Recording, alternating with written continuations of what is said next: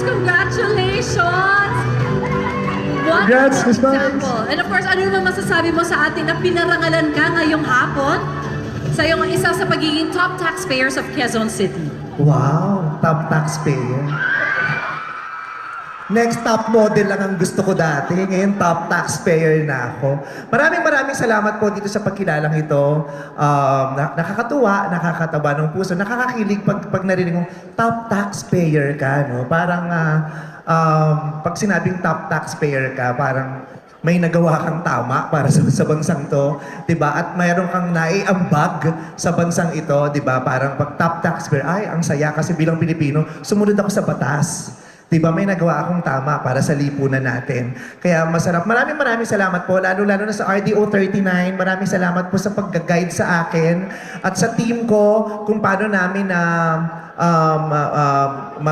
matutugunan yung aming obligasyon sa buwis. Maraming salamat po kasi sila talaga nag-guide sa amin. RDO 39, thank you very much.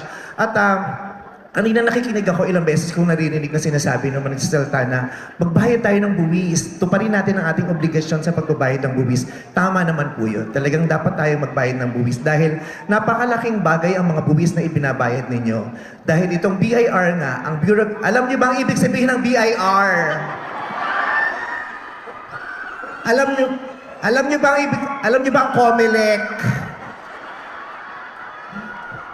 So, trending yan, ha? Yung maraming hindi nakakaalam na meron palang COMELEC. So, alam niyo naman na may BIR. Ano ang ibig sabihin ng BIR? Tama.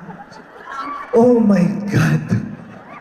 Tama. Buti na lang alam natin kung anong ibig sabihin ng BIR. At ang BIR po, yan ang bureau, yan ang sangay ng gobyerno, yan ang pamahalaan na yan.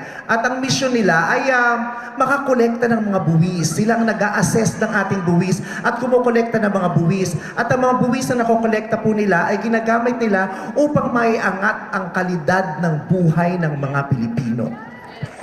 Diba? Ginagamit din for nation building. Diba? To uplift the quality of lives of the Filipino people. Kaya tama po, magbayad po tayo ng buwis. Obligado tayong magbayad ng buwis at dapat nating gawin yon. At pagkatapos nating magbayad ng buwis, karapatan din nating obligahin ang mga hahawak ng mga buwis na ibinabayad natin. Tama? Kung inuobliga nila tayo, dapat talaga tayong tumupad kasi obligasyon yan, di ba? Pag obligasyon, pag sinabing obligasyon, wala kang magagawa. Kailangan mo itong gawin kasi obligasyon ito. Hindi ito pribilehiyo, ito ay obligasyon.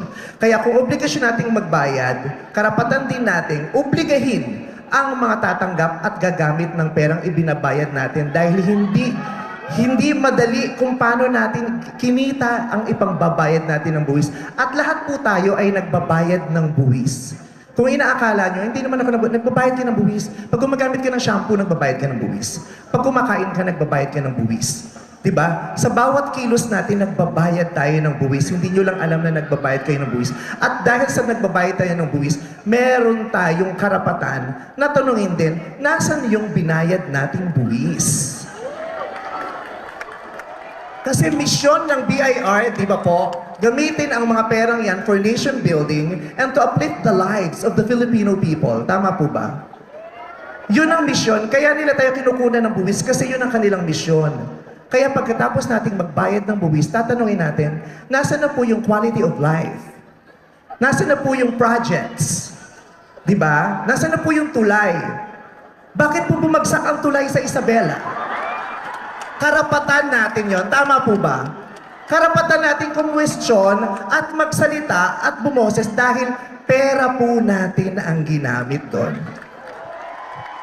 Kaya, lahat po tayo, obligasyon nating magbayad ng buwis dahil tayo rin naman ang makikinabang dyan.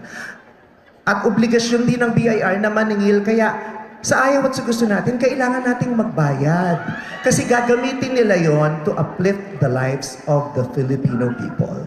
At pagkatapos natin magbayad ng buwis, tayo naman ang magtatanong, nasa na po ang binayad?